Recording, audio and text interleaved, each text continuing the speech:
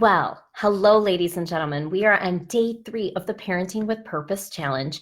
My name is Maria Dismondy. I am your host this week on this 5-day journey to finishing 2019 strong as a parent.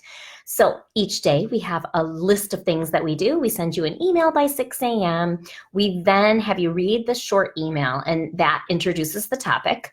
I go live every day at 12:30 p.m. Eastern Standard Time in this video to then dig a little bit deeper and give you some fine examples of the topic. And last but not least, we ask you to go to the workbook each day to spend 5 to 10 minutes completing the journal activity to help you solidify what that daily topic is and to really help you take action on that daily topic. So day 1, we talked about one topic. Day 1, we talked about things that we wanted to stop doing and saying to ourselves as a parent. Coulda, woulda, shouldas. Day 1, being able to embrace who you are as a parent, not who you aren't as a parent. Day 2 was all about traditions and leaving a legacy for our children. And today we are talking about how love is actually a verb. Love is an action. Love is something that we do. It shows up in how we speak. It shows up in our actions. It shows up in how we live our lives. And there's actually different ways that people give and receive love. Okay, so there's actually 5 different ways that people give and receive love. And this idea came from Dr. Gary Chapman, and it is called the 5 love languages. I was first introduced to the 5 love languages in regards to marriage. And I read the book. I think I listened to the audiobook, and I was able to see that for so many years, I was giving love to my husband in a way that was not his primary love language. So let me tell you what I did. I was constantly giving my husband gifts because that's one way that I receive love. I love when people maybe write a little note or make something like a homemade gift. And so I thought, since that's the way I enjoy receiving love, I thought that would be one way that my husband would enjoy receiving love. But come to find out, after reading the book and taking the online quiz, which is very helpful, I learned that my husband could care less about gifts. And so I actually was putting all of this effort into showing love in a way that he does not receive it. So there's 5 different love languages, and I will tell you what they are. The first is giving and receiving gifts, traditional gifts, small tokens, cards, letters, homemade gifts, crafts.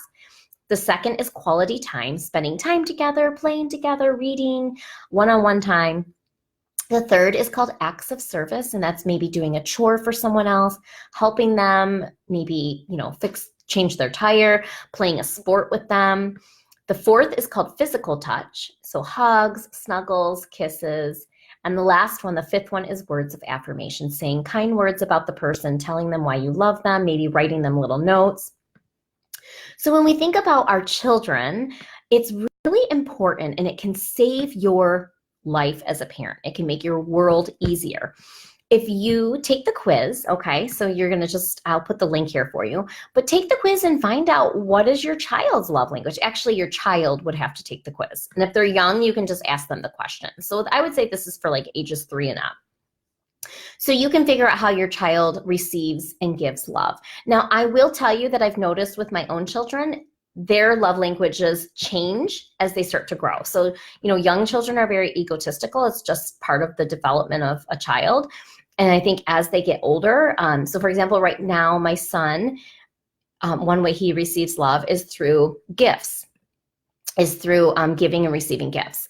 And he loves to make things for us, and he loves when we give him things. So for example, he likes this hockey notebook he has, and he loves putting stickers in the hockey notebook, and he just goes gaga over the stickers.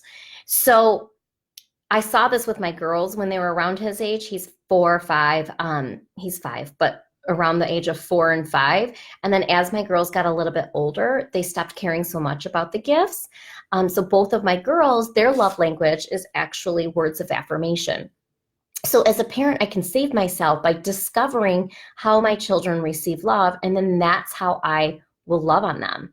So if my child, enjoys physical touch, I will make sure that our time together is spent hugging or snuggling and actually holding their hand. versus me giving them gifts or me, writing little sticky notes saying how much I care about them. I might be wasting my time. Yes, it's going to impact my child, but it's not how they receive love. So one of my daughters right now is, she receives love through words of affirmation.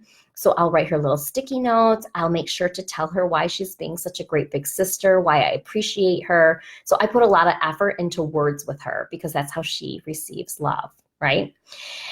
So it's just really cool to find out how the people in your family give and receive love, and then you can really save yourself as a parent because that's how you love on them.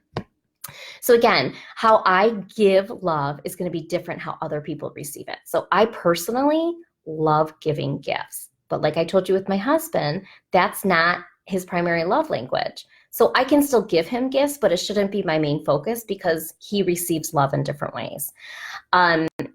He receives love with quality time.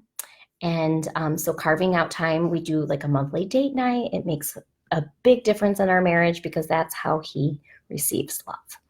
So that's today. Thank you so much for tuning in. Go ahead and take some time to figure out the love languages of the people in your family. I'm telling you what, it'll save you time and it will bring your relationships even closer together because you're being able to cut down on giving them love in a way that they may not receive it.